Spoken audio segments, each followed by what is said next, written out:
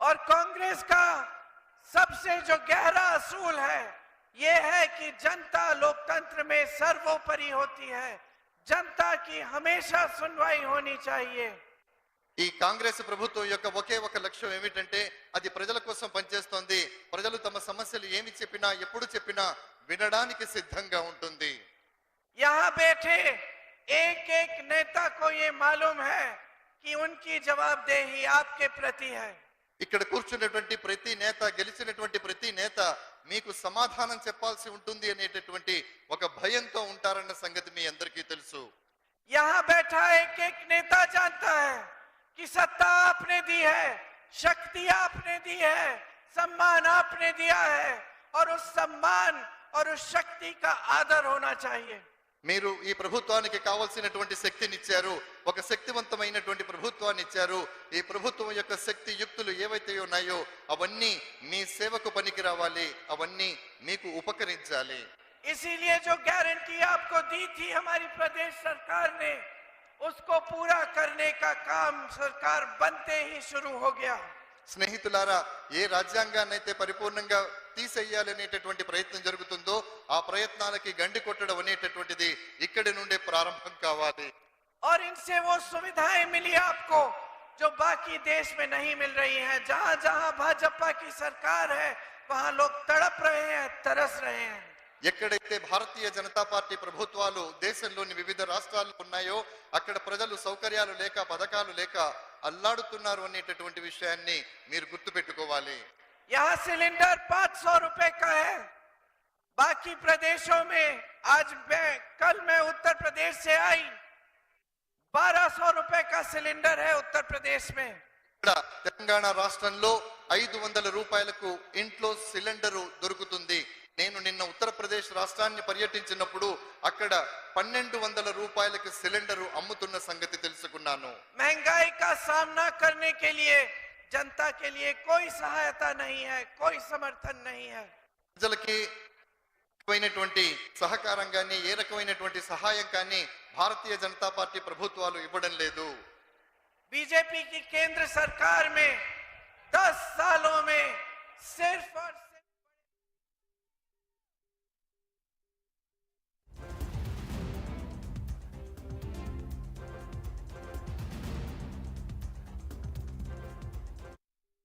నెరవేర్చడం కోసం మాత్రమే పనిచేసింది. इस देश के गरीब के लिए, किसान के लिए, मजदूर के लिए, इस देश की मेरी बहनों के लिए, मिडिल क्लास के लिए कोई नीति नहीं लाए हैं। స్నేహితులారా, పేదల కోసం, వెనుకబడ్డటువంటి వాళ్ళ కోసం, నిరుపేదల కోసం, ముఖ్యంగా సోదరిమణుల కోసం, మహిళల కోసం, కార్మికుల కోసం, కర్షకుల కోసం ఆ ప్రభుత్వాలు ఎప్పుడూ ఏమీ ఎక్కడా చెయ్యలేదు. आप पे टैक्स बार बार बढ़ाते रहते हैं। बड़े खरबपतियों की टैक्स उतनी की उतनी रहती है। మన ట్యాక్సులు నిరంతరం పెరుగుతూ ఉంటాయి, పెరుగుతూ ఉంటాయి, పెరుగుతూ ఉంటాయి. కానీ కోటీశ్వరులు, ధనవంతులు ఎవరైతే ఉంటారో వాళ్ళ ట్యాక్సులు అక్కడే పరిమితమైపోతాయి, అక్కడే ఆగిపోతాయి. बड़े बड़े खरबपतियों को 16 लाख करोड़ रुपए देके कर्ज माफ करते हैं। ధనవంతులైనటువంటి 16 లక్షల కోట్ల రూపాయలు రుణాలని మాఫీ చేయటం జరుగుతుంది, రద్దు చేయటం జరుగుతుంది. देश का किसान 1 लाख रुपए के लिए 50,000 रुपए के लिए आत्महत्या करता है क्योंकि कर्ज नहीं चुका पा रहा है, लेकिन सरकार से कोई भी समर्थन नहीं मिलता।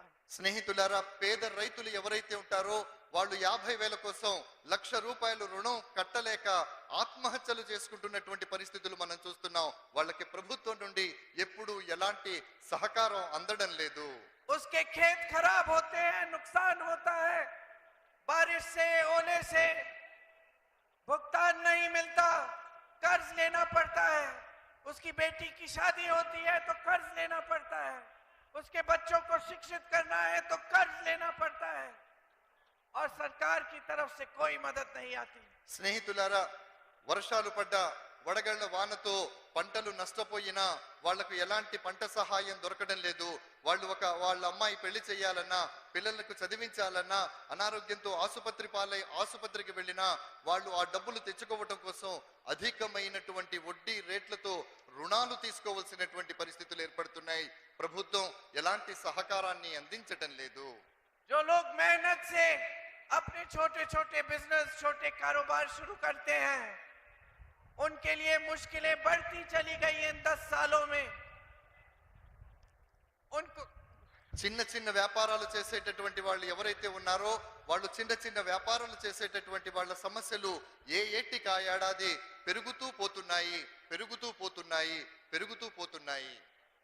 नोटबंदी और जीएसटी जैसी नीतियों ने उनकी कमर तोड़ी, उनकी कमाई कम हो गई, किसान की कमाई कम हो गई, मजदूरों की कमाई कम हो गई, स्टार्टअप्स में कमाई कम हो गई, आईटी सेक्टर में कमाई कम हो गई, और जहां जहां जरूरत है वहां सब मुश्किल हो गया, सब संघर्ष बढ़ गए.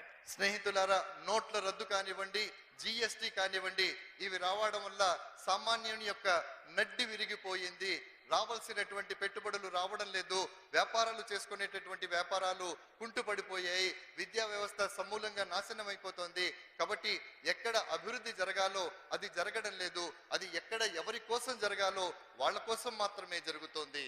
आपने पल्लमूरू रेंगारेड्डी प्रोजेक्ट के लिए नेशनल स्टेटस मांगा, आपको मिला? మన ప్రాజెక్టు కోసం ప్రభుత్వానికి డబ్బులు అడగటం జరిగింది, అది మనకు వచ్చిందా? చెప్పండి, मिला? వచ్చిందా? नहीं मिला.